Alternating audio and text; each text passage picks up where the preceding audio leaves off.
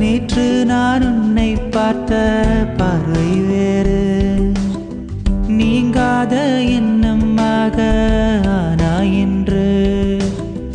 உன்னோடு நானும் போன தூரம் யாவும் நெஞ்சிலே ரீங்கார